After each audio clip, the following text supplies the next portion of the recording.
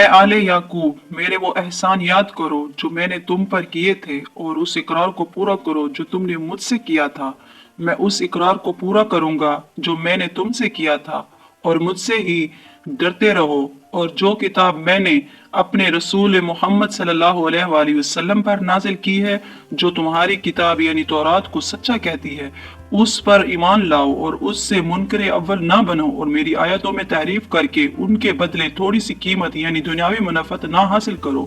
اور مجھ سے ہی خوف رکھو، اور حق کو باطل کے ساتھ نہ ملاؤ، اور سچی بات کو جان بوجھ کر نہ چھپاؤ، اور نماز پڑھا کرو اور زکوٰۃ دیا کرو، اور اللہ کے آگے جھکنے والوں کے ساتھ جھکا کرو۔ یہ کیا عقل کی بات ہے کہ تم لوگوں کو نیکی کرنے کو کہتے ہو اور اپنے تئیں فراموش کیے دیتے ہو، حالانکہ تم اللہ تعالیٰ کی کتاب بھی پڑھتے ہو۔ کیا تم سمجھتے نہیں؟ اور رنج و تکلیف میں صبر اور نماز سے مدد لیا کرو، اور بے شک نماز گراں ہے مگر ان لوگوں پر گراں نہیں جو عجز کرنے والے ہیں، جو یقین کیے ہوئے ہیں کہ اپنے پروردگار سے ملنے والے ہیں اور ان کی طرف لوٹ کر جانے والے ہیں۔ اے یعقوب کی اولاد، میرے وہ احسان یاد کرو جو میں نے تم پر کیے تھے، اور یہ کہ میں نے تم کو جہاں کے لوگوں پر فضیلت بخشی تھی، اور اس دن سے ڈرو جب کوئی کسی کے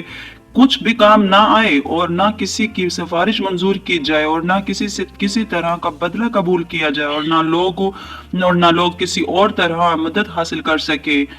اور ہمارے ان احسانات کو یاد کرو جب ہم نے تم کو قوم فرعون سے نجات بخشی۔ وہ لوگ تم کو تو بڑا دکھ دیتے تھے، تمہارے بیٹوں کو قتل کر ڈالتے تھے اور بیٹیوں کو زندہ رہنے دیتے تھے، اس میں تمہارے پروردگار کی طرف سے بڑی سخت آزمائش تھی۔ اور جب ہم نے تمہارے لیے سمندر کو پھاڑ دیا، پھر تم کو تو نجات دی اور فرعون کی قوم کو غرق کر دیا، اور تم دیکھ رہے تھے جب ہم نے موسیٰ سے 40 رات کا وعدہ کیا